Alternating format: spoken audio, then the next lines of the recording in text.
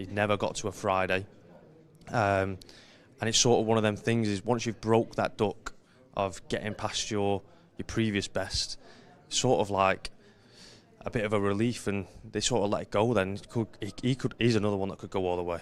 Yeah, looking at the draw there, guys, you see it on your screen. Some of the matchups, the Battle of the North East, Mark Farnsworth and Lee Shepherd. I call Mark Farnsworth the king in the North East. Can Lee Shepherd down the king today and become king himself? But there's some fantastic ties. What stands out for you?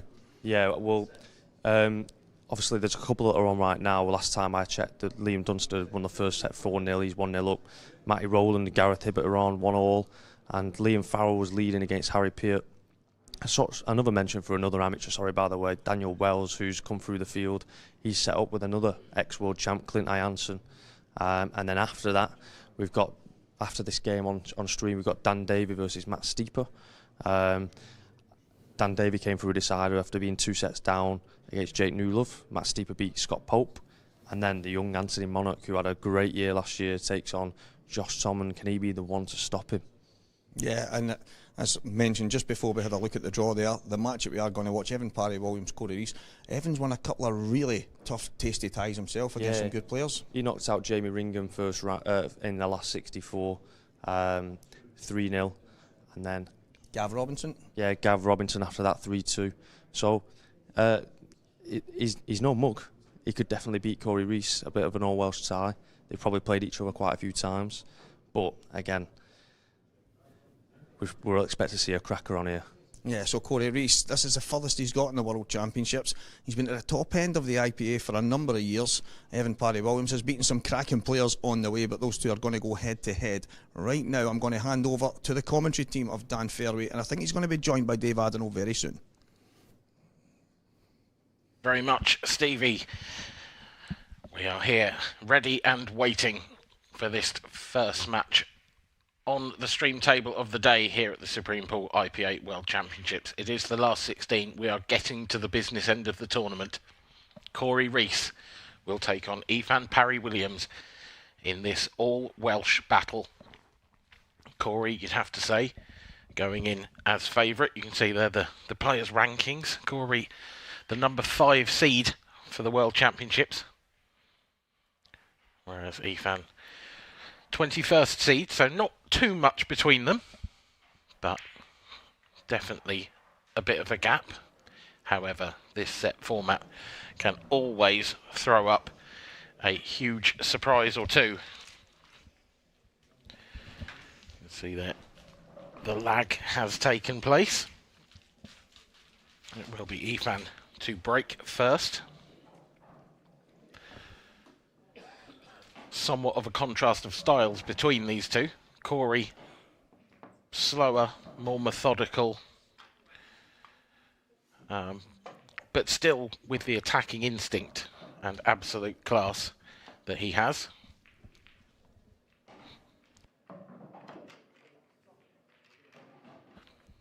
Whereas Ifan, definitely the flair player of the two. Joining me, as was mentioned, is David Adenall, the Isle of Man's finest. Good afternoon, Dave. Good afternoon, Dan. How are you doing, Alex? Yeah. So, good match here coming up. Yeah, all Welsh battle. Who's your money on? It's a tough one. I think I'd have to edge with Cory, but like you alluded to there, it's contrast to styles, definitely. Well, we had a really exciting day yesterday here in the commentary box. Let's see if today can continue in that vein. It's a very nice split from Ifan to start us off.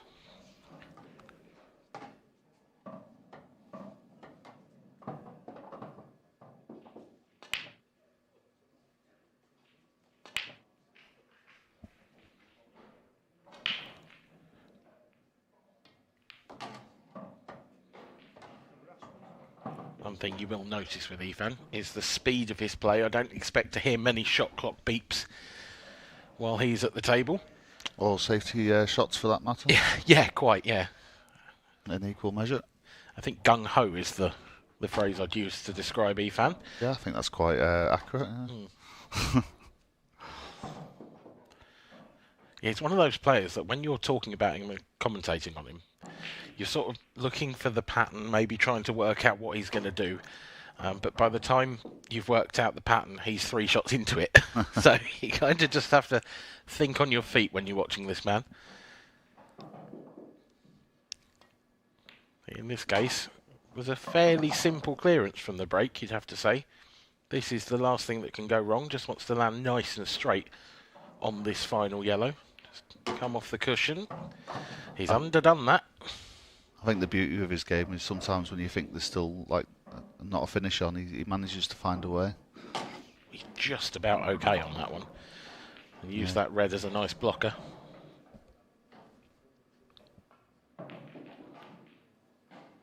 And in goes the 8-ball. A break dish to get us started. And that will settle the nerves, you would imagine. There's our referee for this one, Darren Maidment, the man in the middle, taking charge of this last 16 clash. So not too much to talk about in that first frame. A good break and a good finish, Dave. Yeah, very much so.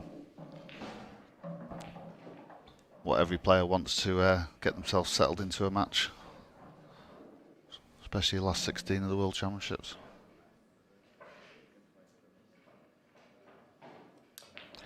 A look of steely determination on the face of both players. Ethan with the perfect start. How can Cory Rees respond?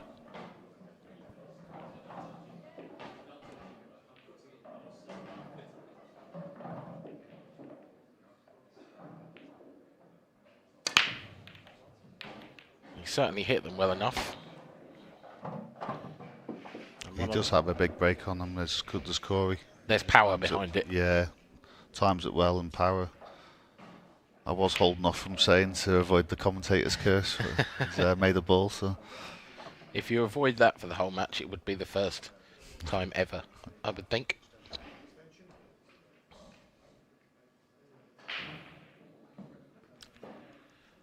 Just a reminder, while Cory works out his route, we do have more streaming tables available on the IPA YouTube page, so keep an eye on that throughout the day. Table 19 at the moment, we have Matty Rowland and Gareth Hibbert. Gareth looking to add to his 2 world titles, the only multiple winner. How he would love to make it 3.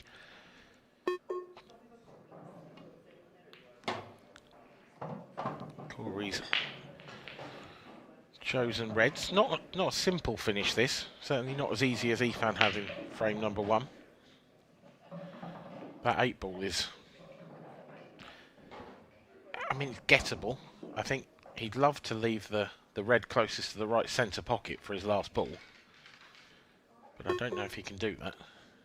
Just to sort of leave that cut back on the 8. Yeah, the most difficult thing about this clearance is the pattern. And I mean, does that 8-ball go in the left centre, just in case he does need to reroute slightly, or maybe nudge that yellow out the way? Yeah, I think it's possible. It's really tight, that, actually, whether that 8-ball goes.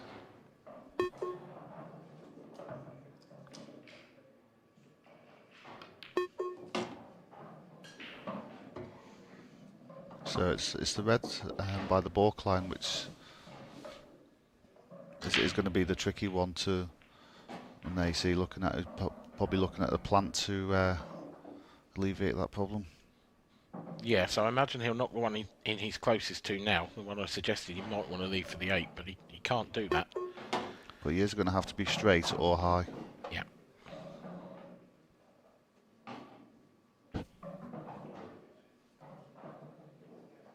Yeah, just don't overrun this. Like you say, anything straight or before, if you like, is okay. And then we will find out where the 8-ball goes. Does it go in the centre? Because if not, there's another tricky positional shot to come. I think he's landed perfectly straight on that, so he's okay. Flirted with overdoing it.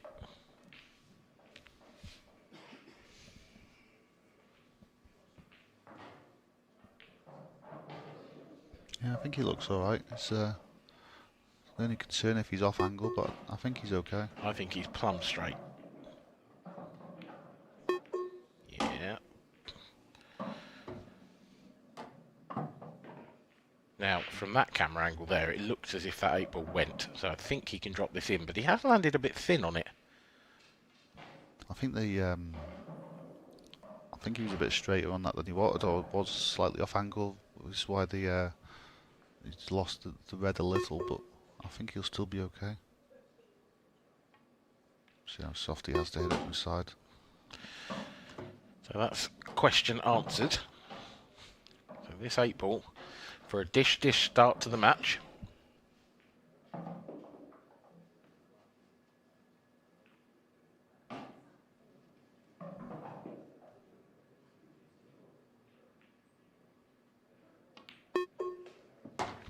Put away with ease. Perfect start for both players, as that set the tone for the rest of the match.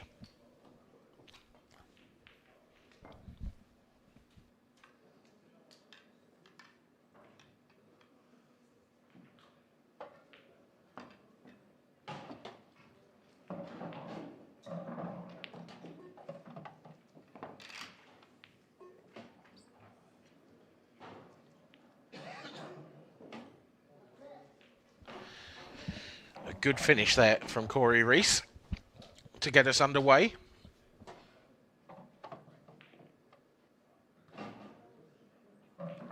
You found Parry-Williams.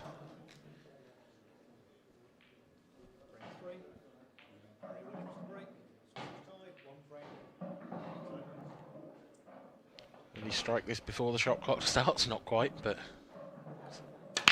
certainly doesn't take long. Now this time, I don't think it's any worse a break than his previous one, except nothing's gone down.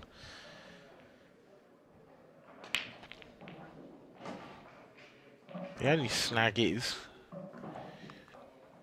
Cory really wants to be reds. I don't think he's on one.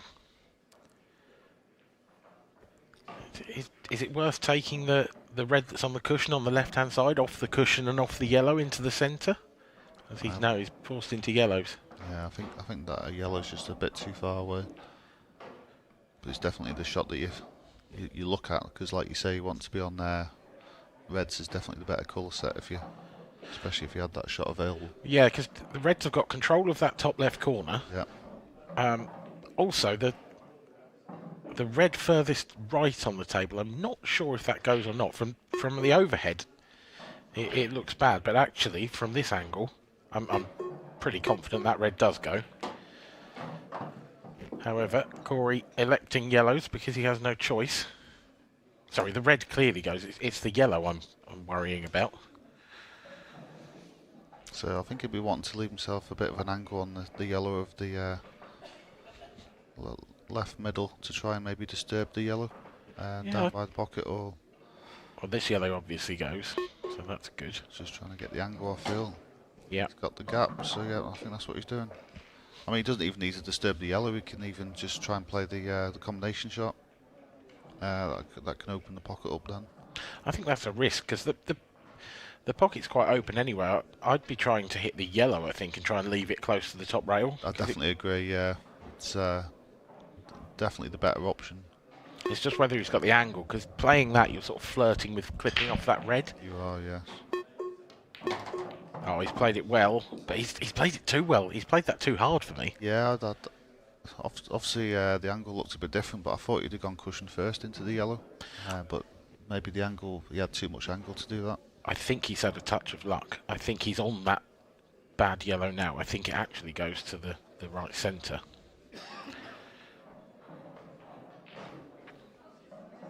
Latest score at the top of your screen. We will keep those coming throughout the day. Liam Dunster, the world #1 favourite for the tournament, is one set up against Robert Stephen, his Scottish compatriot. But 2-2 in the second set, so a long way to go there just yet. It's a little tricky here, a little hampered. Also making sure he's straight on the next yellow after this.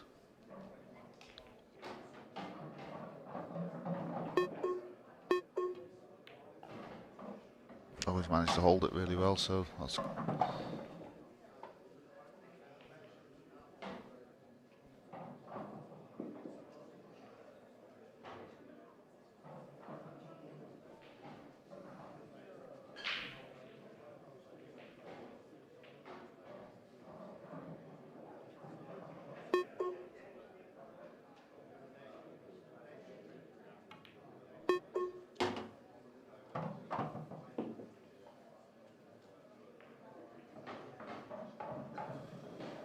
So yeah, it was tricky to control that and to get the right pace on it, to avoid the reds as well, not just the pace control. So a little tricky here, tricky cutback.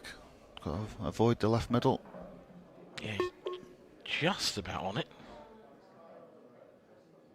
Oh, it's not so bad as it first looked actually. No, but had to come round a few cushions and has come out absolutely plumb. Lovely shot there from Cory Rees. Perfect pace control.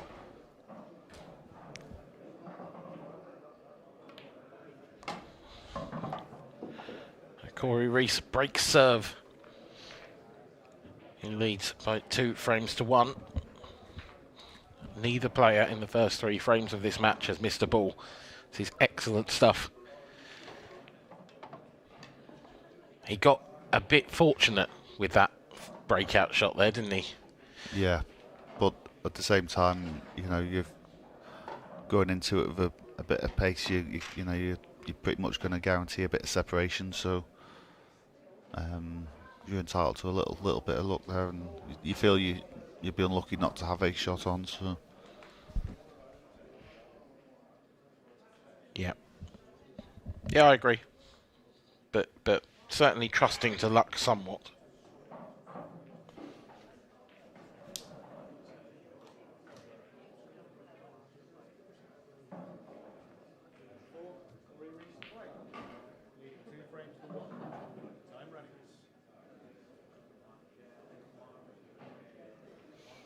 So we see the Cory Rees break again.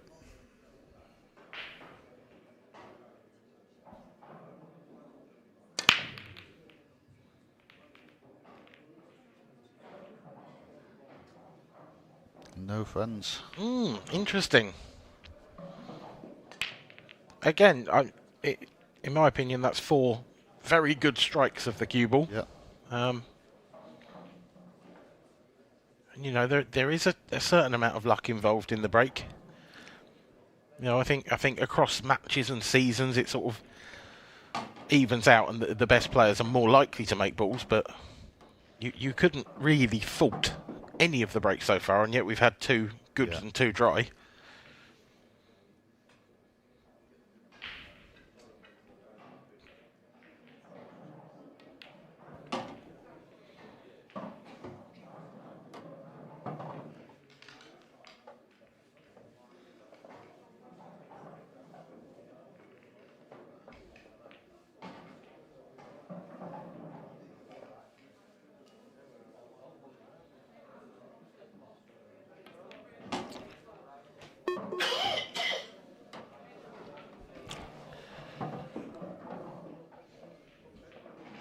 Ethan then with a immediate chance to break back.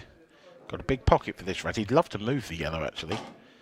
He'd probably like to have moved it further than that, but he has landed on this one beneath the 8 ball, so Certainly helps him given the angle for position. yeah. Would pot that a bit thicker to control the cue ball. I think he almost played that as a bit of a 2-way shot, you know, so that if he did move the yellow out the way, he could have changed his route and maybe saved that red to last. Because that red would have been the ideal last ball, being closest to the 8 ball. He's now got to play a bit of a positional shot here. Oh, so you mean like stunning it in and knocking the yellow out the way? Yeah. I think it would have been a bit of a gamble in case it didn't come out, whereas this was kind of guaranteed to have a shot. But that's what I I know mean. What you mean. You can hit the ball your way a bit more. I just think he played it in such a way that might happen. Yeah. But he was always playing on the way he played it. I think he was hoping for a bonus, but he'll take that all day long. And it's rapid fire stuff here in Bradford. 2 all, 4 dishes, 2 break dishes, 2 reverse dishes. What a start to the match.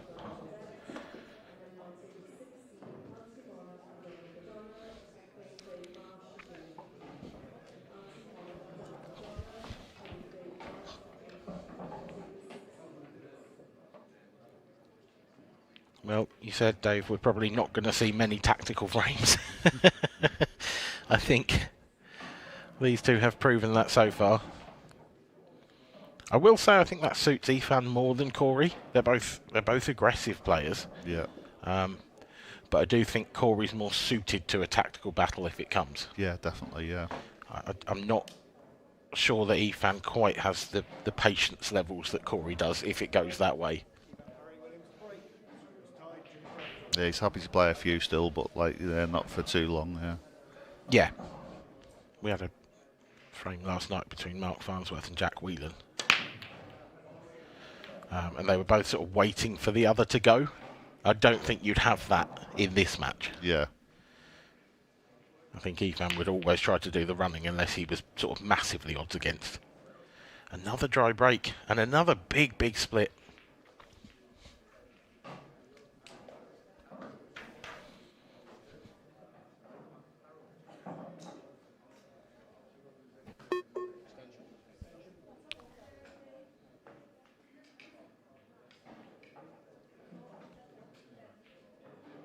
You could go either colour set here, but I think reds is the is going to be the choice.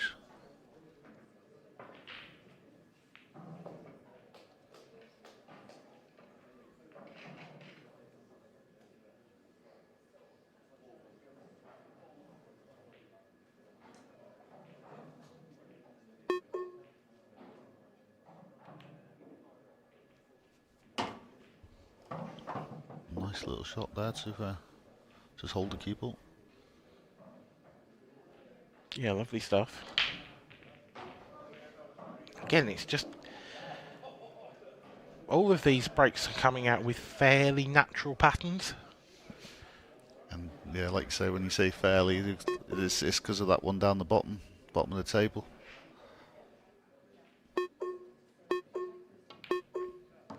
It's obviously not a difficult pot, but it's how you get to it. Yeah. So I imagine he's going to have to screw across to the side rail now and then land on the one that's on the cushion up to the top right. He doesn't want to land dead straight on that. He needs an angle to come back off the cushion. Yeah. He's going to take it now, actually. I can understand, but it looks like a lot of angles, so he's obviously really going to have to nip this. Yeah, he's played it well. Yep. So I think you can use either red to get down to the one on the bottom. I think ideally middle, then the one in the corner to run through naturally. That last shot was trickier than it looked because he played that with lots of check side. Yeah. It's so easy to throw the red sort of directly onto the cushion and find the near jaw rather than, or the far jaw. Especially with the slide on the cushions. Yep, so this needs to travel just about far enough. Well, it does mean he's going to have to play a lot more side on it now, though. It'd be Yeah. nice if he was a bit straighter, just naturally run it through with a little bit of side. But he obviously feels it's too much, so he's looking at playing at the middle and then go back for it. Well, I do think, I think the red at the bottom of the table has a choice of pockets. I think it goes into either, so he can just take this back, leave an angle to drop down table. Yeah, that definitely goes both pockets, like you say, but it's just the traffic, isn't it?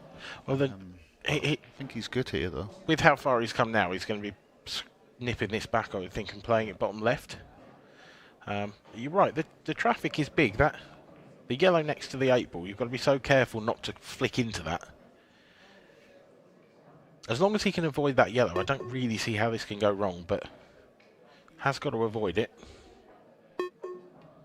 Oh, he's gone past it, managed to get past the 8 ball. Good wonder he's played it. Well, he would have liked a bit more, but you worried about the pace control as well, not just for position, but of the effect on the cue ball. Yeah, this is similar now. He's just got to squeeze through that gap. The cue ball's going to, if he plays this too hard, the cue ball will throw into the 8 ball. If he plays it too soft, the red won't get there. So this is a Goldilocks shot, really.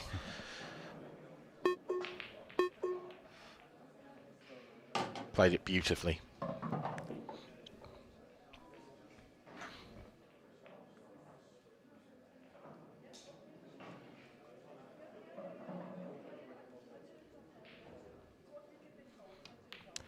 5 frames in, and these two have not missed a beat. Cory Rees leads Ethan Parry-Williams by 3 frames to 2. Now this has been just an unreal standard so far. 5 dishes from 5 frames. How often do you see that? I mean, it's not unheard of, but it's certainly not usual. Yeah, it's quite common, really, these days. I mean, the standard of the players just feels like it's getting higher and higher. That was a lovely shot. I didn't think he could avoid the 8 ball there. Yeah, it was very tight, wasn't it? Yeah. I was wondering if he'd, like, skimming the paint of the 8 ball. It was very, very close, which should have been enough to make it tricky. And I think that's why the cue ball was slightly under hit, because he didn't want to risk it going wide by hitting it harder.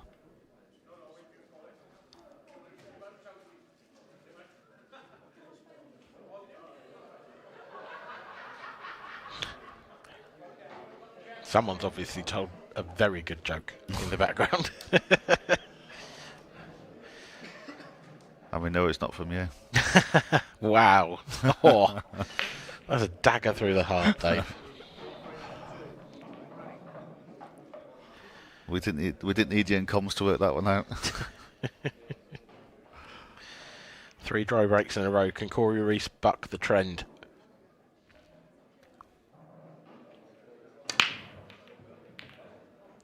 Yes, he can. But he's been rewarded with probably the messiest table we've seen. So many balls have travelled up into that top half of the table, and there is lots of traffic around here, no matter which way you go. Initially, though, I like yellow. I love the idea. I think he might play a plant here, red onto yellow first off, into the left centre. Yeah, I think that looks good, yeah. This will open up the yellows. Especially if the plant was the other way around, because he'd have been able to hold the cue ball. Yeah. It'd been perfect then, but... He's just overrun it a fraction, hasn't he? This yellow is a little thinner than you'd like. Which makes it harder to find that gap that he's looking at. But I like what he's looking at here, because he's kind of looking at playing for an area here rather than...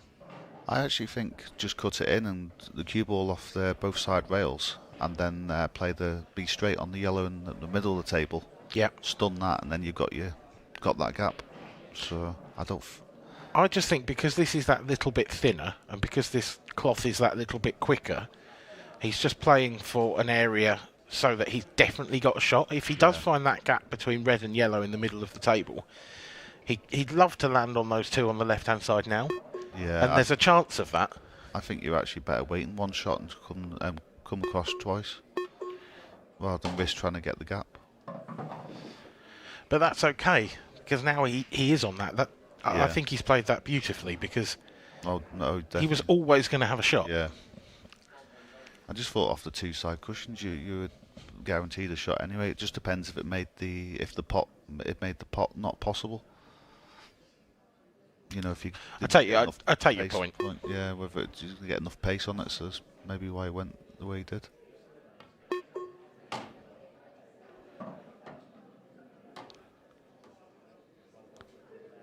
A little bit thinner on the one down the rail than he would like, as he landed on the one to the right centre pocket.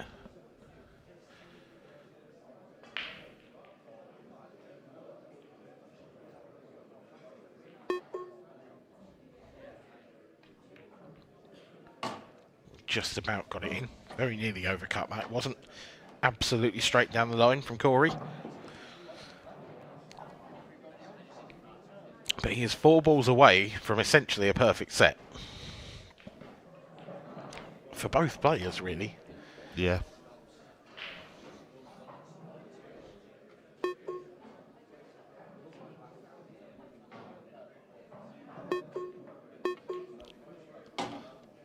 I think that's about perfect. Yep, looks it to me. Almost arrow straight on the one to the top left. Just enough angle to make this really easy, actually, because the cue ball's going to squirt off slightly to the left when he stuns this in. And this I suspect, is all she wrote for set number 1. And it's been the lightning fast exhibition that we expected.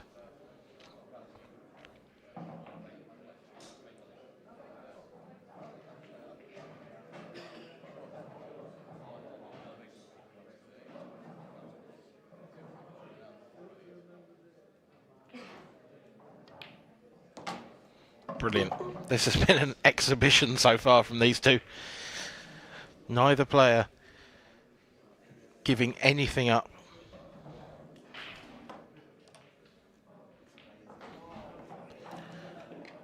Of course, the advantage of breaking first switches now as well, so it'll be Cory to break next 2.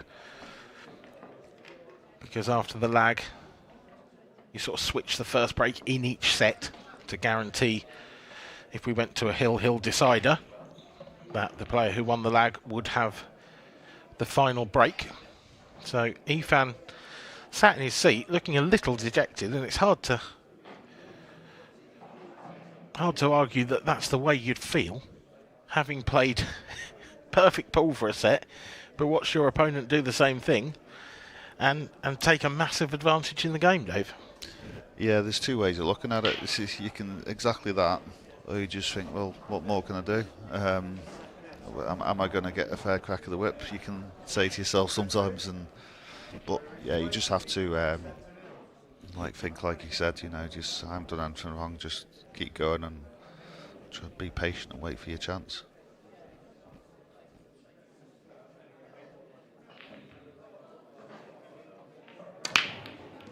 Oh, Cory with the first real mistake of the match. That is unforgivable, screwing straight in off in the middle from your break. He's cut across that pack.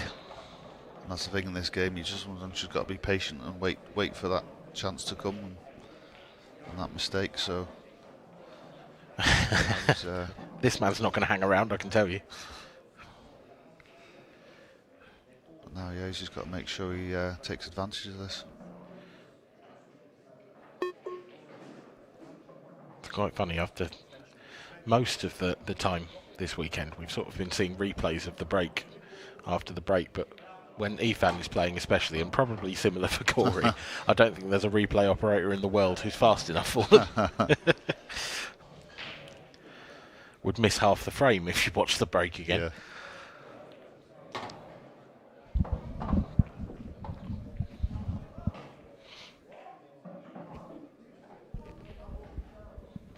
Always feels like quite a natural talent to me, Ifan. Instinctive? No, surely not. Oh. Has he still got a shot? He's jawed himself, I think, on the yellow that he was playing on. But he's just about okay on the one to the corner. Oh, he's played that well. That is a beautiful recovery. And now just has to find that window between the 2 reds. They're not easy to judge them sometimes. Getting the right power that you want. Has he underhit it? He has. He looks to the heavens. I expected him to play that with a little bit of running side, just to widen the angle. Yeah. But I think he just sort of plopped it in. It's just, you think play it towards the reds, like so you're above the red, so as like a bit of a target. I think maybe he just forgot about like the sliding cushions. Oh, that's gone from bad to worse. Not only is he snookered, he's also fouled trying to make something happen. I think occasionally when you're out there, you just sometimes forget about the slide on the stream table. Yep. You sometimes need to remind yourself before the shot, and sometimes you forget, and I think that's all that was. I don't think he'd underhit it that much otherwise.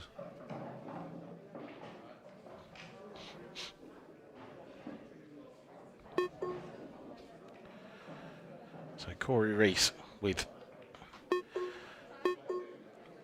the free shot after the foul. Have a look at the possibility of taking this first frame in set number 2.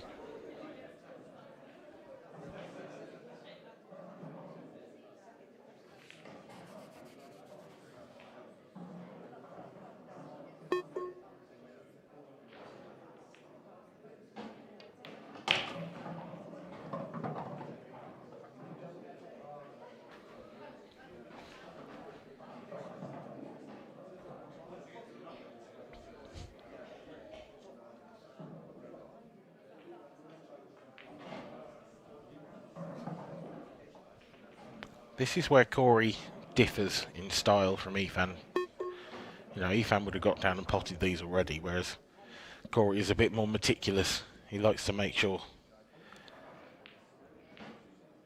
every little thing is sort of perfect. Yeah. He's one of those players that will roll his eyes and look to the heavens when he's a millimetre out of position.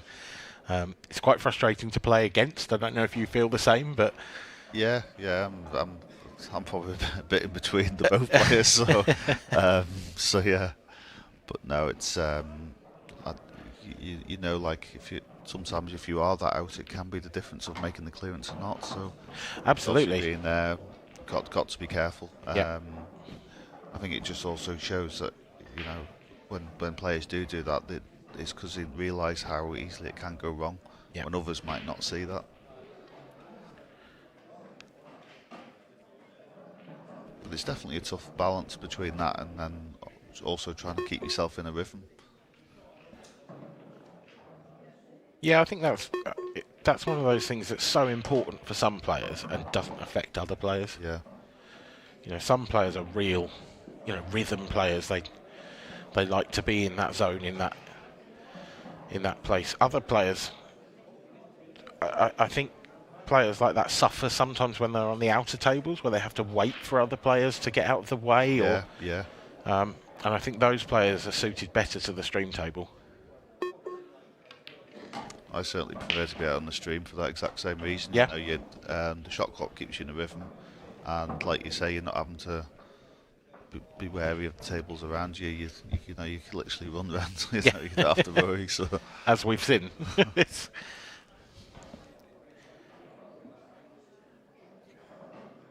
Cory Rees then to take the first frame in set number 2.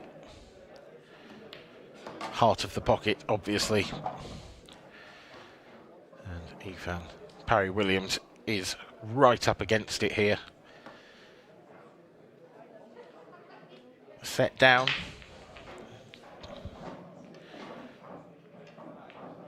Nice little counter clearance from Cory Rees.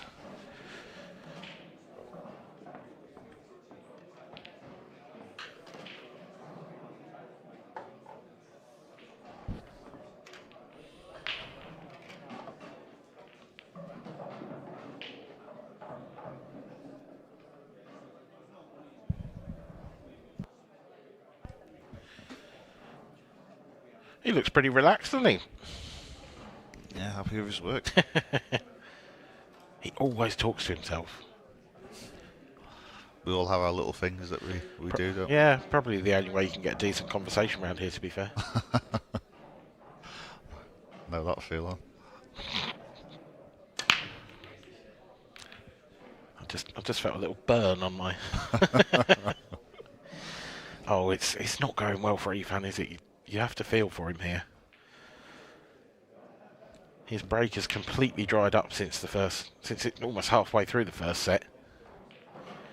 When you think he hasn't really done anything wrong. No, well, that one slack positional shot in the last frame. Yeah, the one there when he stiffed himself. Cory has played the perfect game so far. Yeah. He's yet to miss a ball. He's yet to even make a positional error, I'd say. This is a tricky table, though. Not easy.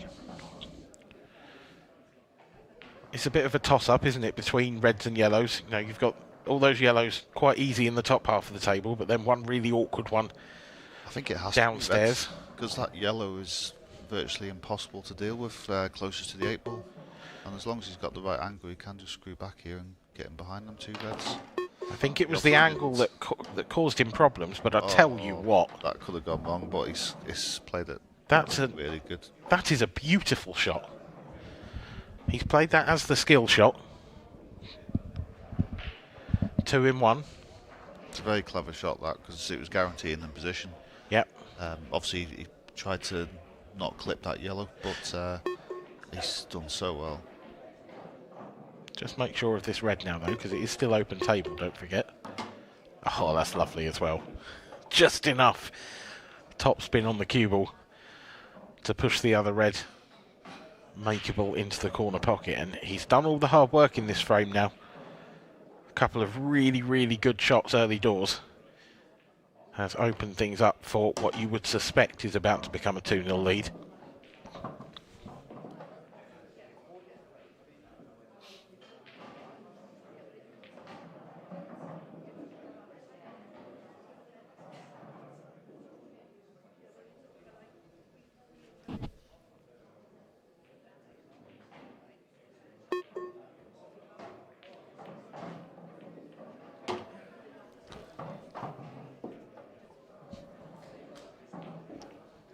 He's just gone a little too far, but it shouldn't be a problem.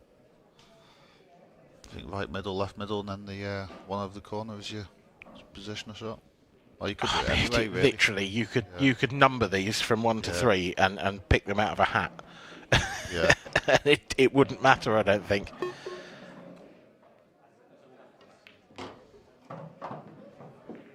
Yes, he's. I mean, I think probably this is the nicest red for the 8-ball. Yeah, I think this is better than the one I said, because you're guaranteed to be above the 8-ball. So the 8-ball will be going into the same pocket as that red. He's overdone that a little bit. Would like to be straighter. I think there's going to be a bit of distance now. I think it's okay, because with the angle at least it naturally goes outwards. But like you said, there is a bit of distance, but I think you should be okay. Yeah, you just don't want to, the cue ball is sort of running towards those reds. You don't want to leave yourself hampered or anything like that. Just dragging it in soft. He's going to leave himself close to hampered, but it's just held up in time. So this sort of mid to long distance 8-ball for a 2-0 lead.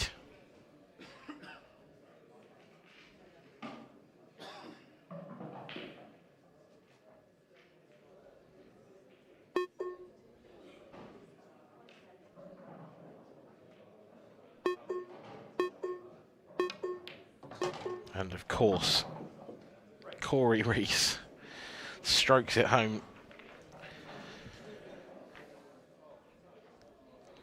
Essentially 8 frames in, Cory Rees is yet to put a hair out of place, really. It's been absolute perfection from him.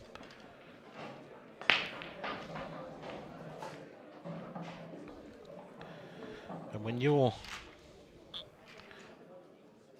in the shoes that Ethan Parry-Williams is standing in at the moment, all you can do is just sit and hope, really.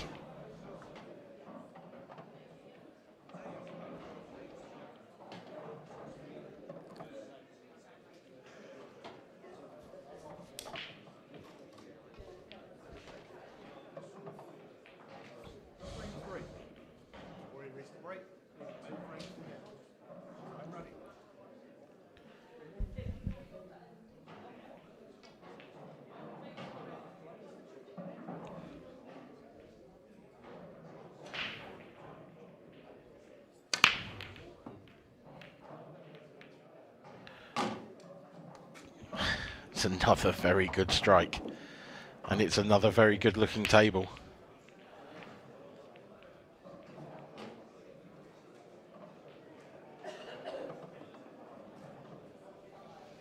Yeah, he's so consistent with that break, he really is.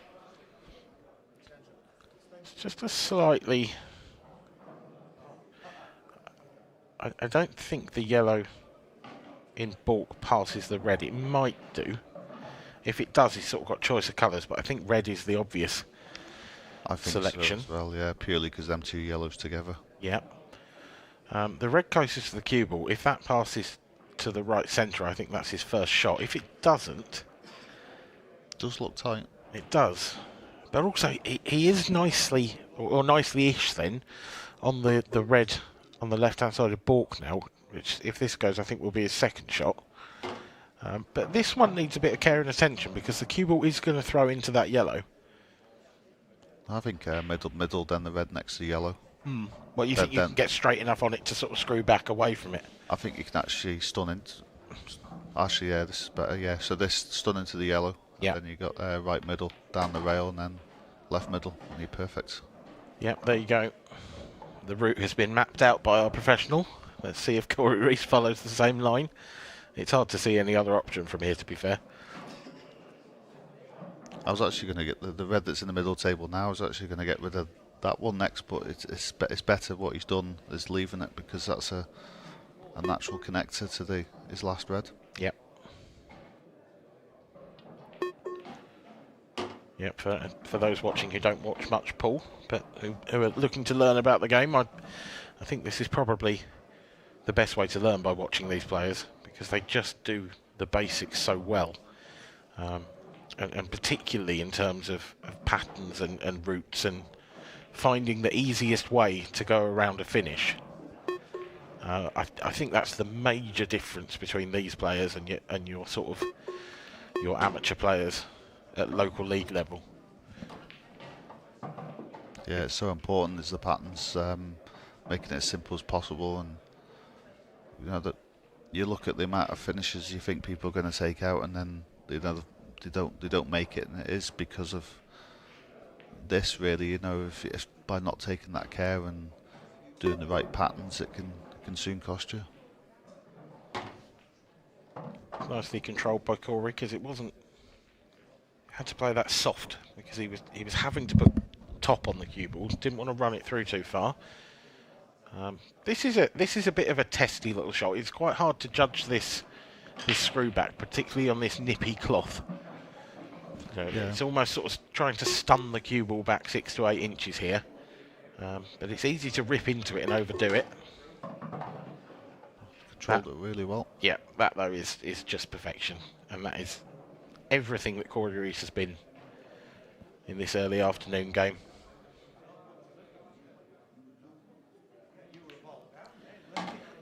And he leads by 3 frames to 0. Now Cory is not a name that I've seen anyone mention, if I'm honest. Despite being the number 5 seed, you know, we've had a lot of social media content about, you know, who's going to win the World Championships and asking people for their opinions.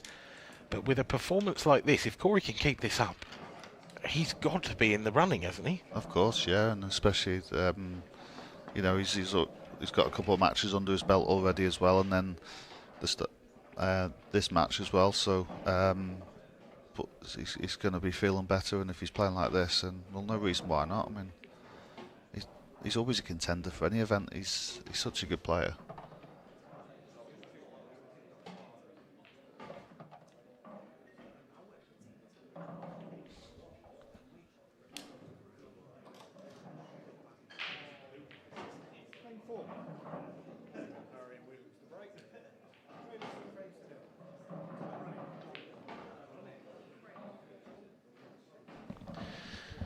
So really crunch time now for Ethan Parry-Williams. Needs a ball off this break. Oh no. You've got to feel for the man. You'd have to have a heart of stone not to. I mean... Yeah, no friends to the party. It's there's balls everywhere. It's incredibly unlucky that. You feel you're doing everything right, and the cue ball wasn't controlled the best, but he hit it so well. The contact, you know, deserved the ball. Just when you get a split that looks like that, okay, it's not an easy finish for Cory here by any stretch of the imagination. But you'd rather go for it yourself than your opponent. Exactly. Just when you get a table that looks like that, you think, how has nothing gone in? But I will say, there wasn't a huge amount of those balls threatening pockets on that break. So I think it's time to change something up for Ethan, whether it's breaking from a different spot, or I don't know if he's got a cut break in his locker. Oh, Cory Rees has found the shot to open the frame. It's not easy still. Is this red off 8 ball? Is it too narrow for it, or is he? Yeah, he's looking off the 8 ball. He's looking at it. It's quite a thin snick off the 8, this, isn't it? You can't hit it sort of half ball. Exactly, it's very difficult, this shot. Very difficult to judge. It's sort of maybe you want to be right behind it, but obviously he couldn't be. This is the best he could be. Also needs to play this with some pace to get back out. Yeah. Oh, absolutely really well. Nailed. The 8 ball has gone on the red. Yep, it's been a bit unlucky there as Cory. Had to play it at that pace, had to get the cue ball over to the right-hand side. So, the one thing I will say is I think that red still goes, in fact, it definitely still goes to the right centre. Yeah. And also you got the yellow along the cushion as a stopper. Exactly. So if you can land something close to straight on that red towards the bottom left corner as your second to last red. Oh, but he's missed. But Cory Rees is human. Stop the presses. And that was the thing, it was so tricky to get onto another red to keep that option that you mentioned alive. But it's caused a mess.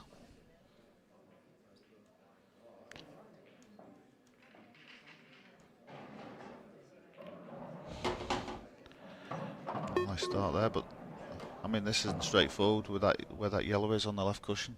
Yep. I think he's going to have to take that long. A combination shot to get us started with.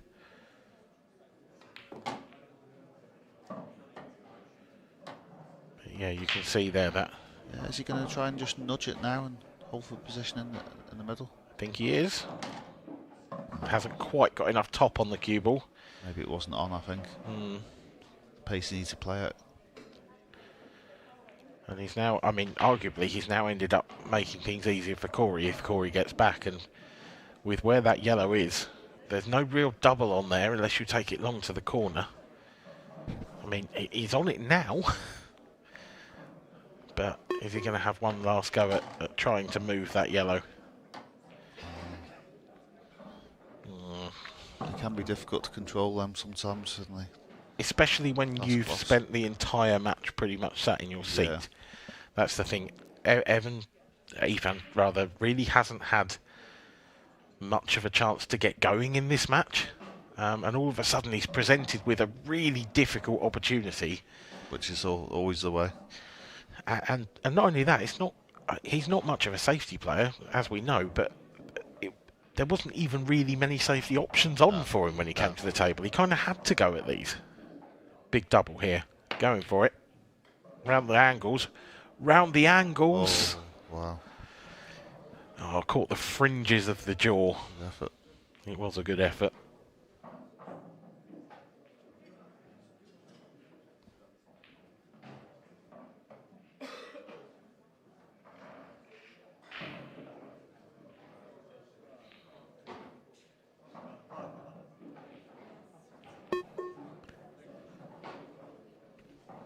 Cory deciding not to push the boat out.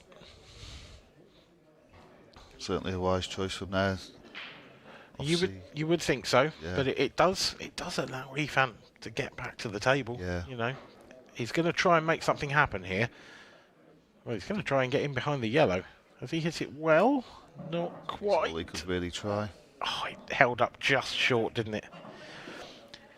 Do you know what? Honestly, with that particular player, I kind of expected him to just not hit and hope, but you know, try and find some movement, try and make something happen. You mean Happy Gilmore? A little bit, yeah. I don't know if he'd take a running start when he's queuing, but I would enjoy seeing someone try that. I don't think the table techs would. I have considered it, like doing like a. I'm pretty sure Steve would kill you if he watched you doing that. That's all right. I'm not worried about Steve. Shout out to our table techs for the weekend, actually. Steve Rhodes, another Isle of Man native like yourself, Dave, and great job. Yeah. The Italian stallion Louis Perinelli, the two of them. Absolute Trojans, getting all these tables in such good condition for our players. Alan Yates, of course, 8-ball direct as well. He helped out with the marking and various other bits and pieces. One of our title sponsors, you can see his logo just there, just disappeared on the TVs at the back of the arena, as Cory Rees takes yet another frame. A 4-0 set victory. 4-2, 4-0. Cory Rees has gone, and he leads by 2-0. It has been a masterclass from the Welshman.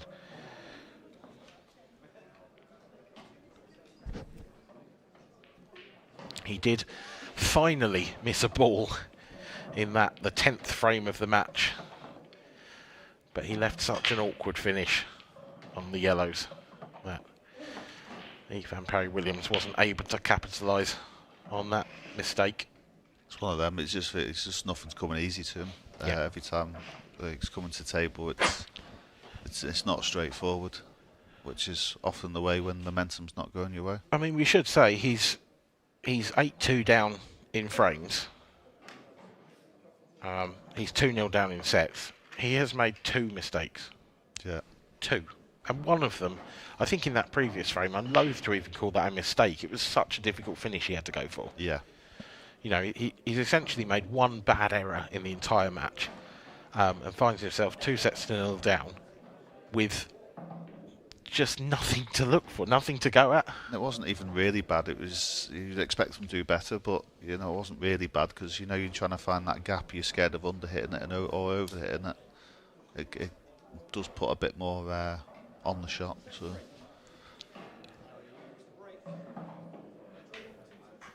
Well, key moments now for Ethan Parry-Williams. Has to get himself going in this set. Has he got anything? Oh, he's gone off the middle jaw. It's just brutal, isn't it? Doesn't matter how good you are, if you can't get enough off the break, you know, you're then searching for help from your opponent. Yeah. Which this time is Cory Rees. That's only missed one ball, 1 mistake. So initially here, I think he's got to go yellows, even though there's that red at the top of the table covering the pocket. He's got the yellow on the top rail that he could use to manoeuvre that out of the way, and the 3 reds on the right hand side are absolutely dreadful. So I think it's got to be yellows. Do them 2 reds plant by any chance? I don't think so, but I think he might play the red onto the yellow next to the centre pocket here. I think you put the red in the middle and then disturb the red and the yellow and then potentially play the plant. I'm not sure that. Looking at the overhead, I don't think that plant's a plant. There you go. So that's undone that. But even if this doesn't go, you can cover the pocket. Yeah. He's already got the 2 yellows at the top of the table. Yeah, you're absolutely right. That's a great call, Dave. Referee's just checking to see if it's touching ball. I think it is. I don't think that will make a difference to the shot Cory's going to play, though.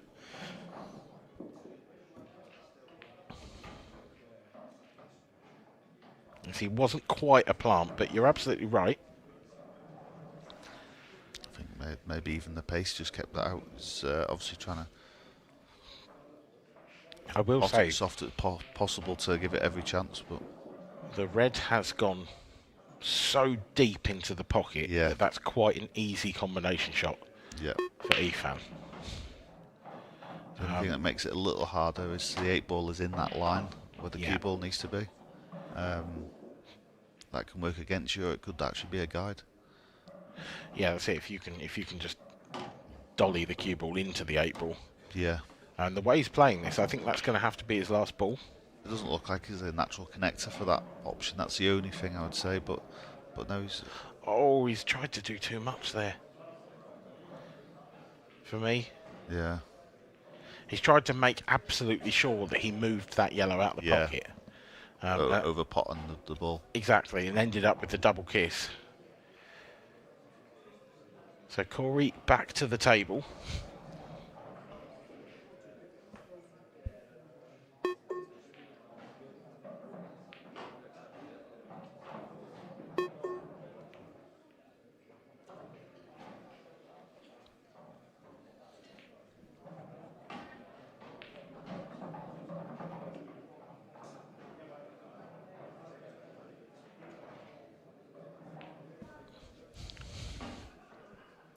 Just a little containing shot.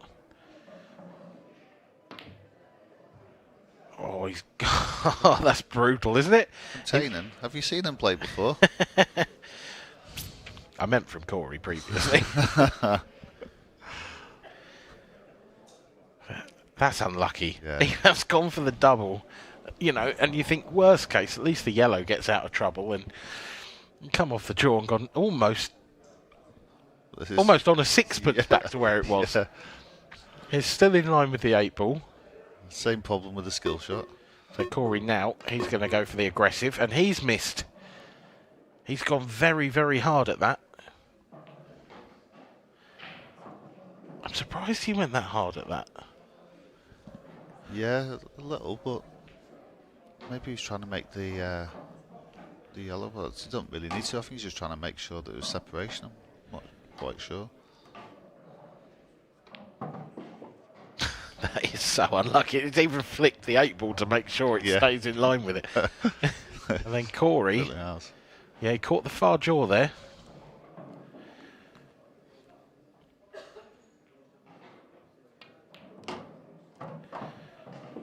Ooh. Don't know about that one. Evan's got into that far too much, surely. He's now left himself a thin little snick. He's got to come round 3 cushions.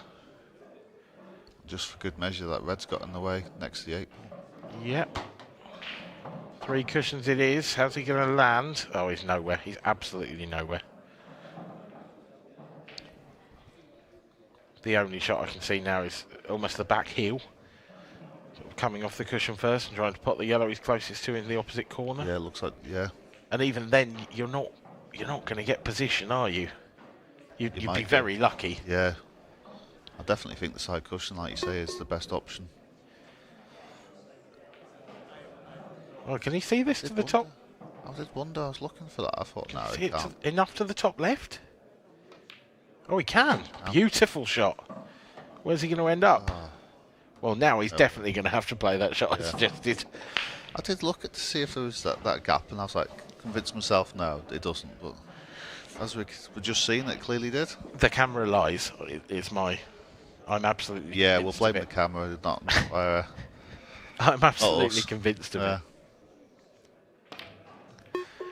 What's he gone for here? He's gone for yeah. the double. He's nearly got it off the red.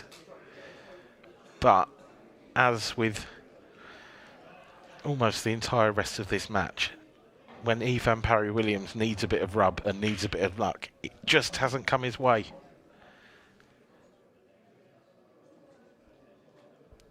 A great chance here for Cory. You know, just something that everyone would be looking for, but he's not had one like this at all.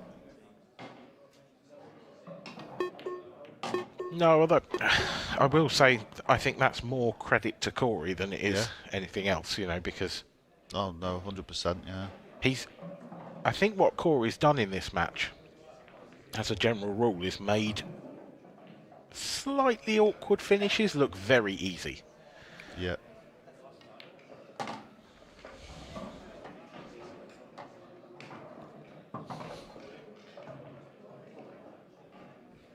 Yeah, Evan's just had nothing come easy, whether it's his breaks or whether it's Cory's play.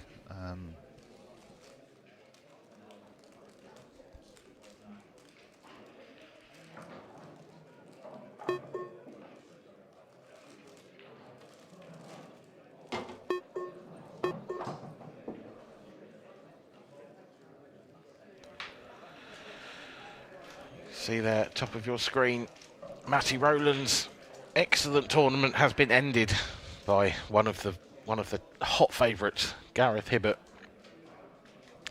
the godfather himself. The 2-time world champion is still in the hunt. He is through to the quarter-finals.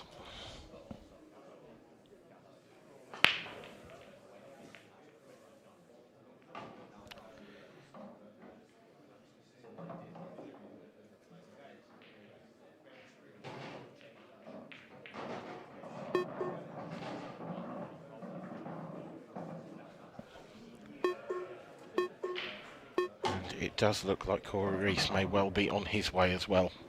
It's beginning to become more and more of a tall order for Ivan. I will say the set format does mean that things can change very, very quickly, but I don't know about you, Dave. You get a feeling sometimes that that this isn't going to happen. Yeah, unless momentum changes. But Cory is going to have to play the 8-ball from distance, you'd think, unless he really gets into it. Well, he's played it really well. It's a lovely shot. Pinpoint. He's such a natural cueist, Cory. Just gets through the ball so sweetly. And he leads yet again. 1-0 in set number 3.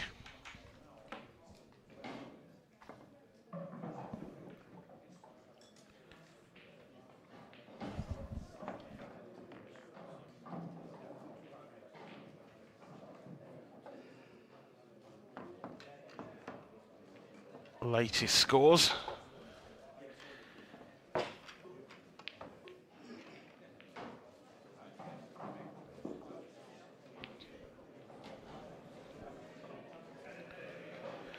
So we've got 4 last 16 matches currently underway, well 3 currently underway after Gareth Hibbert won.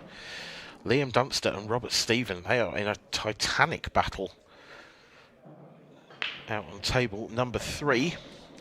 They are 2-2 in the third set, and it's 1 apiece in the set. You can see there, we've just cut over to have a look. I would assume Liam is on reds, so big frame there. Harry Peart and Liam Farrell, they're just entering a deciding set, 0-0 in the 5th. And that is you up to date on all of the last 16 matches that are currently going on as Cory Rees breaks again. And yet again, Cory Rees makes a ball and leaves a pretty inviting looking table.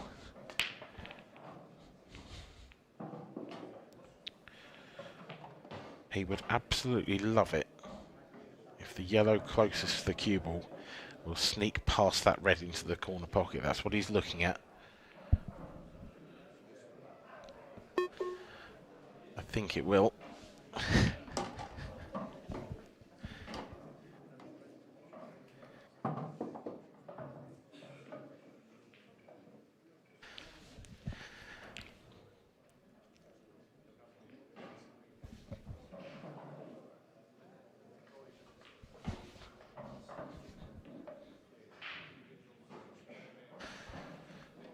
Key shot to the frame. Cory Rees just sneaks that yellow in. Doesn't look entirely happy, but I think he's okay here. He never looks entirely happy, does Cory?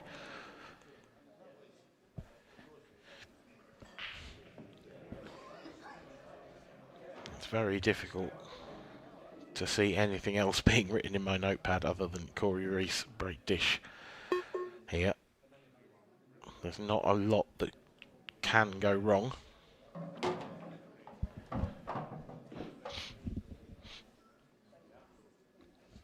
Moving down into the bottom half of the table now. And all these yellows connect quite nicely.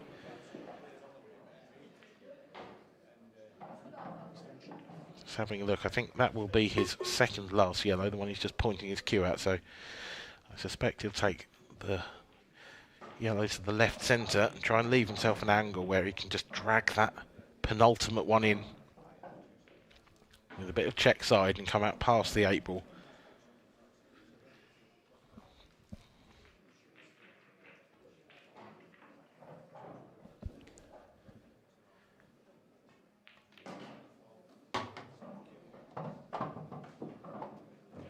That's pretty much perfect. We'll just play this with probably a trace of left-hand side just to speed the cue ball up off the cushion. Just widen that angle and make sure you don't come too thin and sort of flirt with those reds. He's going to go the other way. Going to take this one first. Yep, this works just as well. Well, it does if you make the pot. Now then. Is there a twist in the tail? Yet again, Ethan Parry-Williams returns for the odd skirmish to the table, but with not the easiest of tables to go at. That yellow is in the heart of the pocket to wait for the skill shot later on, if he chooses, but I think he's playing safe here. I think he's trying to get the cue ball in behind that red up to the top left corner. That is mighty risky. This is playing into the one closest to the pocket off the red. Even then, I think there's a chance he leaves a gap through to the one near the pocket. Oh, well, he hasn't hit that well at all. And he's left Cory a shot which he shouldn't really have done. It's not an easy one. Going to have to fire this yellow down the line and top the cue ball through to either land on the plant or, at worst, on the one over the pocket. Cory does like these shots. He can cue this in. Ooh. Not quite. It was a difficult shot.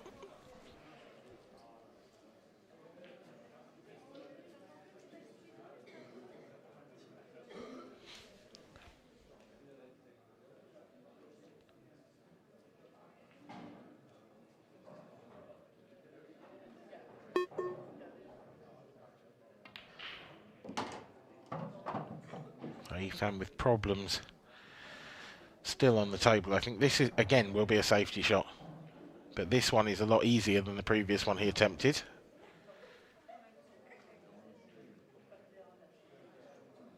So at worst, trying to force Cory into moving the yellow, causing the biggest of his problems, which is the one he's looking at now. He's going to have to play into that one. I think he'll probably be trying to pot this. If he can find that angle, then it will be perfect. Nope, had to play it thin. Did he hit it? Evidently not. Is this the moment that Ethan Parry-Williams has waited for? He's got a free visit here. He can do anything he likes in this visit to open up the table.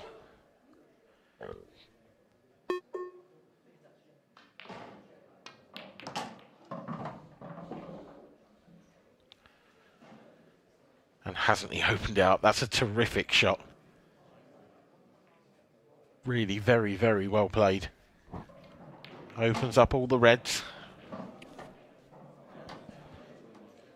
Wouldn't have minded had he potted both in one there.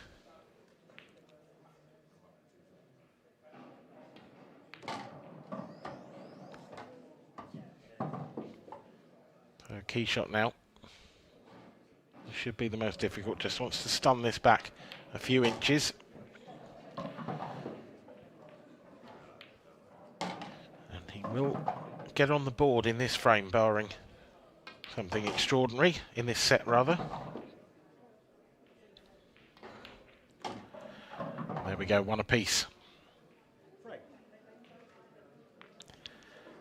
So after two dynamite sets from Cory Rees, has his concentration just dipped off a little bit?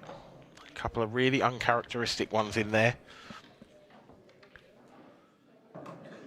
And Ethan has got himself on the board.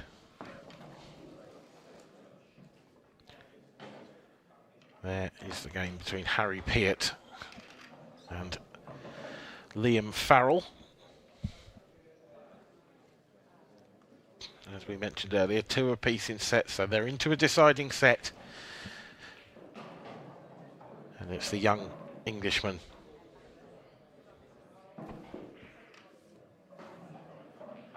with the opportunity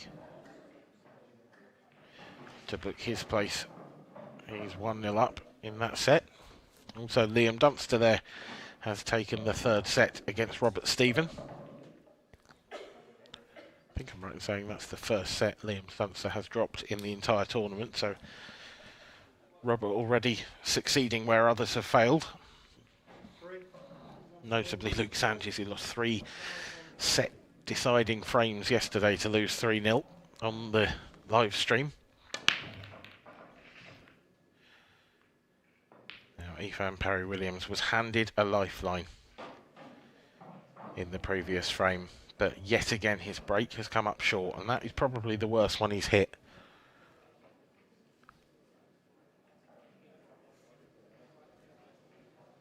And it's left a presentable chance here on yellows. But Cory Rees doesn't have a lot of angle on this first one. He's actually looking for his next shot at the 3-ball plant. He's going to try and top this in behind. That yellow is pointing his cue out now on the short side. Maybe he can find the gap. It looks vanishingly slim.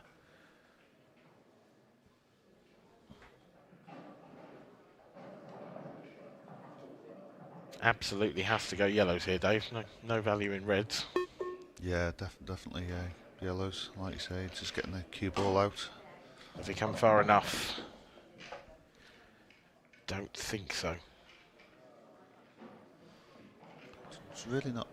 There's only really the plant that you can get on, and I don't know if he has come far enough. Although it looks like he has.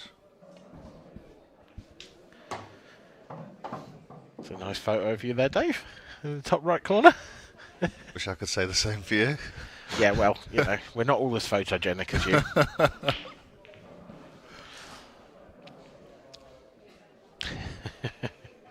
Sorry, Dan, I couldn't resist. That's all right, no one ever can.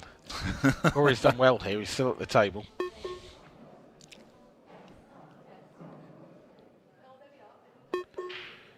And actually, this has developed into a really nice chance now. It looks good there. Looks absolutely perfect there. Yeah. It's I was thinking he may have to play the one in the middle and then nudge into the 8-ball, but he's played it that well. He yeah. might have the choice of holding this. I think he can. I think he can just drop this yellow in, then play the one in the centre. If anything, as long as he can get the cue ball out for his next shot after. Yeah. He would like to come into the 8-ball if he can, ideally. Can he nip it? Yeah, yes. Just getting better and better all the time for him, this finish, isn't it? And again, I think this is the difference, you know, between the two. As a general rule in the match, when Ethan's come to the table, yes, he's had tricky finishes on, but actually quite a lot of the time so has Cory. He's just made the early running in the frame that's won him it. Yeah. He's played that crucial early shot 2 or 3 times really, really well. I think Cory's like also had the clearances where he's had to do it well, but he still had the opportunity to make it. Whereas I think Evans has been a bit more like a lot harder and like wants to play 2 shots, but you can only play one of them kind of situation.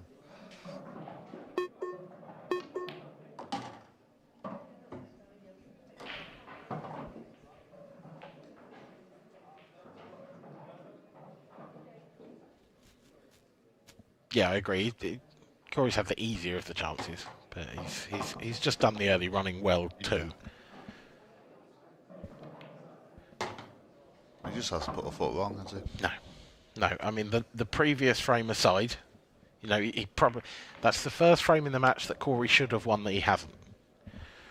And I think in those stakes, probably is 1-1. Probably. Yeah. You know, Cory's maybe stolen 1 frame off Ethan, but everything else he's just taken the bull by the horns and gone out and won the frame. There is the world #1, Liam Dunster. Absolute Iceman of a competitor. You feel he's potentially due another world title with how many titles he wins throughout a season? Yeah. Yeah. Shows what such a hard event it is to win. For sure, over the last couple of years, without a doubt, the most. Without a doubt, the most consistent player on the tour. The most consistent winner on the tour. Yeah.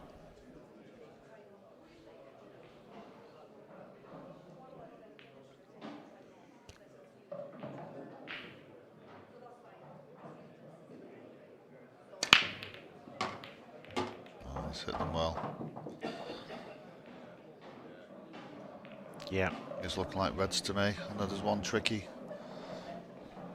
red on the side cushion, but it's an easy double, isn't it? Yeah. There's nothing really around to sort of move it with. But you can't take the yellows because of the yellow next to that one on the side cushion.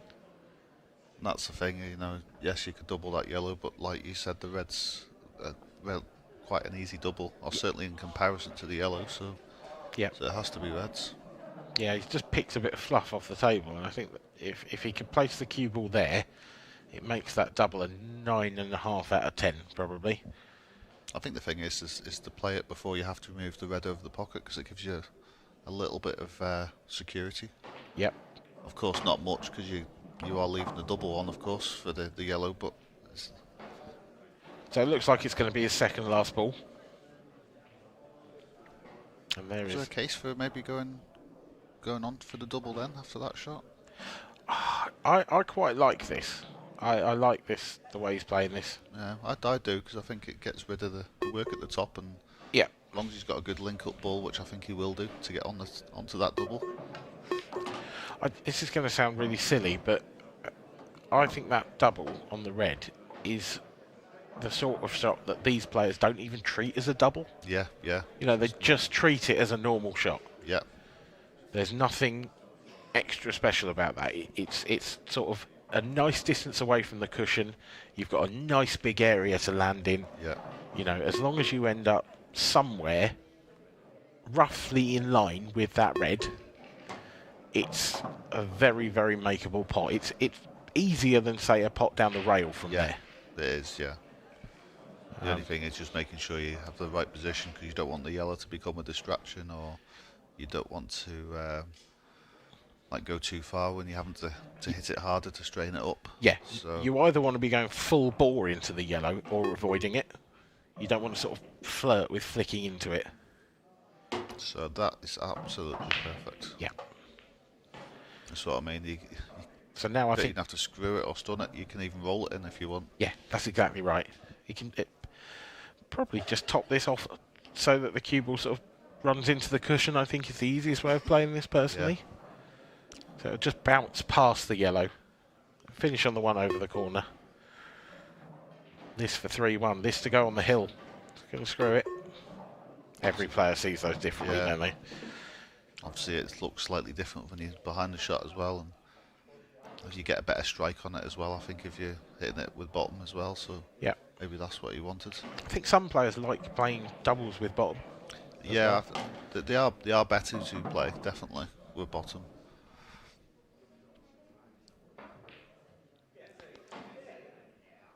So here is Cory Rees lining up this 8-ball for a 3-1 lead in the third set. So far, he has blown his compatriot away. Parry-Williams has been forced to sit and watch as Cory Rees has put on a masterclass. That's another reverse dish, break dish combination. And surely now he has probably broken the spirit of his opponent, you would think. It has been that one-sided, this match. And I feel really, really sorry for that man there in your picture, because I just don't think he hasn't really had the chances. Yeah, and it's a perfect example of how pool can be. At times it could be like really harsh, and all you can do is sit there and just hope for it, that things will change, and sometimes they don't when you got someone like Cory playing like he is.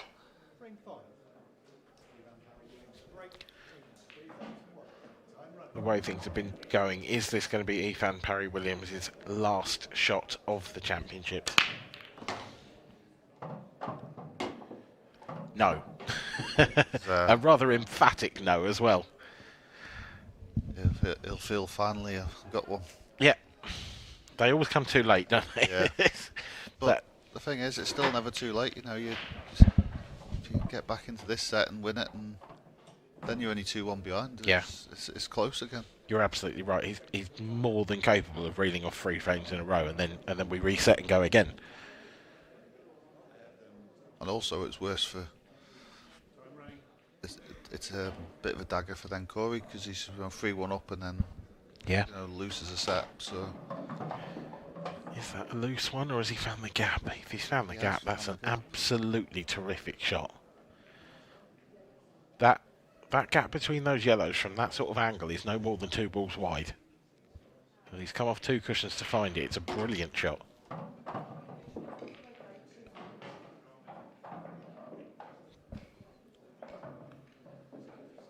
So now it's just trying to find the gap and play these in the correct order. Yep. So one over the pocket, one next to it after that, and then. Yeah, I think you can just about see enough of that. It's a little thin. Yeah, it's perfect. It is.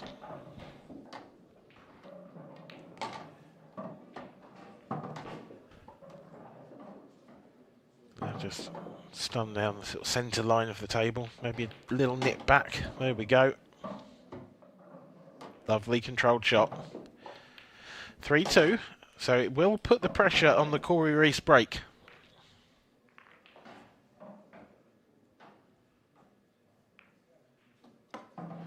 But the Cory Rees break has been working so well. He's done everything he can. He has now just got to dig deep, pray for some help from his opponent. Yeah, it's... There we go, an updated score from the Harry Piatt Liam Farrell game. Harry Piatt on the hill. Liam needing to win the last 3 frames to continue his dream of becoming world champion.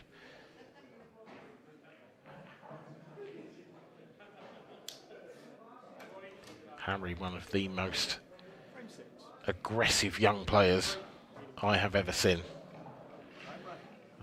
If he does win, I hope he gets his chance to play on this stream, because he's just magnificent to watch at times. Oh, it really is, yeah. First time I seen him was when I played him last year in the L-Man. I made one mistake and lost 7-5, but it's... Cory praying for a ball, he hasn't got one. He hasn't got one, and this is probably the best chance that Ethan has had off Cory's break. Is this the route to get back into the match? That's a great question, is it? Are we going to see the start of a stirring fight back? Yeah, you're saying about Harry Piatt. Yeah, the first time I seen him play was last year, and he's so quick. Yeah. So who's quicker, would you say? Harry or Tom Barley? Or this man. Oh, yes, in contention. It's a good shot. That was trickier than it looked. Did not have a lot of that red, yellow to aim at, rather. So this isn't easy. The patterns, everything goes, but it's the pattern. Yeah. Trying to move that. That's a great shot. So I think the pattern's becoming clearer. Oh, it is now after that shot. So yeah, that one top right middle, come down for the one, then left middle, and then. So the key shot now, really for me, the next shot after this, leaving a nice angle on this one to the middle, but the real trickiest shot I think here is the final yellow, because that's going to be that one on the left hand side of the table, and he's got quite a narrow window to land in for the 8 ball. Yeah, I thought he was going to come out a lot wider and then come down for the yellow at the bottom, and then come in behind it. And then you got the yellow in the left middle, then the yellow top left. I still think he is, isn't he? Can he not do that now? I think he's just not come out far enough. Oh yeah, okay. So he's going to have to take this one into the centre. But he'd had a lot easier shot. Yeah. He'd just come out a lot more. I mean, you're right. It essentially now it's 6 of one, half a dozen of the other. But this is tough. This is not an easy shot. Makes this. He's perfect though. Great shot. But now we are getting, I mean, what sort of angle do you want here? Are you looking for straight and trying to find the gap between the reds? Straight or just off straight with the cue ball going into the cushion. Yeah. Back. Oh, that's too much. Yeah, it's too much. So now is he going to have to screw into the red? I think just run it in and then play the 8 ball. The bottom left. Bottom left, yeah. Got to avoid the reds. Just concentrate on the pot. Oh, drama. Well, I mean, if you're going to cover one pocket, then that was the pocket to cover. Yeah. Just nothing's come easy, has it? You know, I'd what do you do here? You fancy him to take that out, but it's still, you have problems to solve. I mean, is Cory thinking about going for these? Surely you just play safe here, don't you? Or is he worried about the shot-making ability of his opponent? Yeah, where's the safety? That's the thing. I mean, the only safety I could see would be to clip the reds like on top of the yellow. Well, what about the clip in the reds that he's at the other end of the table, and just there's a huge. You can't fail to get a snooker out of that, can you? I think you'd rather go for it than that, because I think you are going to leave the shot on after. I think I'd rather attack. Well, there you go. Your wish is granted. I think the only safety shot would have been to put the red on top of the yellow and then get the snooker, so you've got less chance of Evan hitting the yellow. But I think that was more difficult than attacking, to be honest.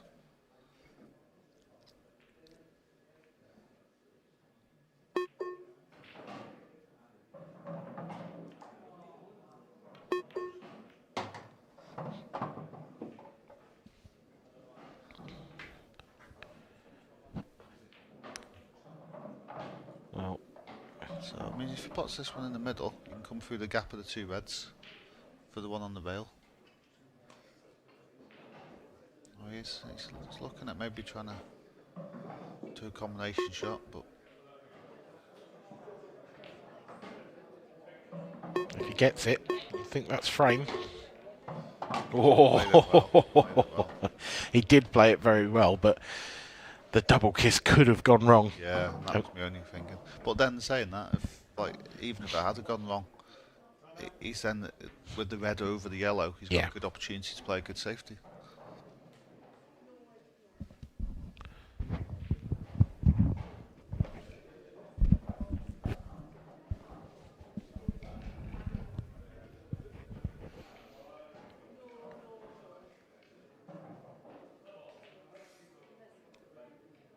Well, I have to say at this point, they've come when he's been behind, but Ethan has now had a couple of chances in this match. Yeah, has been there, yeah. You know, and ultimately, if you're going to walk away from this week with a world title, he has missed chances that he shouldn't have missed. Yeah. You know, yes, he was a long way behind in the game, but which does make it harder. Yeah, it does make it harder. But also with the momentum swing, you know, if you can take those chances, if you can get going, exactly, you can reel this back in quite quickly. Yeah, regardless of when it is, you still got to take it, haven't you? So. Yep. Cory just taking the time to try and make sure he leaves himself the right angle here. That looks pretty good, just off straight. Just drift this in. I think he'll have to play on and off the bottom cushion with the cue ball for that 8 ball. Might be able to get to a situation where he can just drift it in, but I think in situations like this you want to play that shot with confidence and cue through it. Yeah.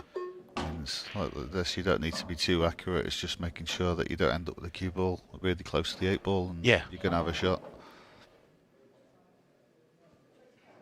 Yeah, like I say, I think you could drift this in dead weight, but things can go wrong if you do that. Yeah. I think just off the bottom cushion and come towards the 8 ball. And yeah. Bit of side maybe to come back round into the same pocket or that side of the table. Don't finish right on top of it. Oh, that's my only thinking while I was thinking about not playing it side, but it's natural to play it with side. So I just thought he'd play it with a bit more and a bit more pace to sort of kick it off the side rail a bit further. It's actually finished absolutely fine, and he's got this relatively straightforward 8 ball. But another inch or two on that cue ball, and he'd have been struggling here. Yeah. This for the match. And he's got it. Well played, Cory Rees. Very well played indeed, Cory Rees. A fantastic performance, an almost flawless performance in the first 2 sets. We were 10 frames into this match before Cory Rees missed his first ball, which is just astonishing, really, considering he won 8 of those first 10. And a just phenomenal performance from Cory. Commiserations to Ethan, who didn't do a lot wrong, but there we go. Just That was a big opportunity missed and really would have piled the pressure on Cory in the last frame of this set. Just felt like he was always kind of chasing the ace. He was always behind in every set. It's hard when you're constantly up against it and you're getting difficult chances, and then because you haven't got that momentum, you're then missing a couple that you, like you say, he should have got. But if he takes them, you never know. It could change the match. Yeah. Well, we were staring at an empty table 7 just then, which means I suspect Harry Peart has booked his place in the quarterfinals. He has. He will face the winner of Liam Dunster and Robert Stephen. That one currently 2-1 to Liam Dunster in sets and 1-0 to Robert Stephen in the fourth. And there is the elder of the two Scotsmen at the table, and it looks like he's going to take a 2-0 lead in that fourth set. So getting towards the point where you're odds on that that's going to a decider. In the next quarter-final, we have Cory Rees, and he will play Gareth Hibbert for a place in the semi-finals. That is a real glamour tie. That promises to be a fantastic match.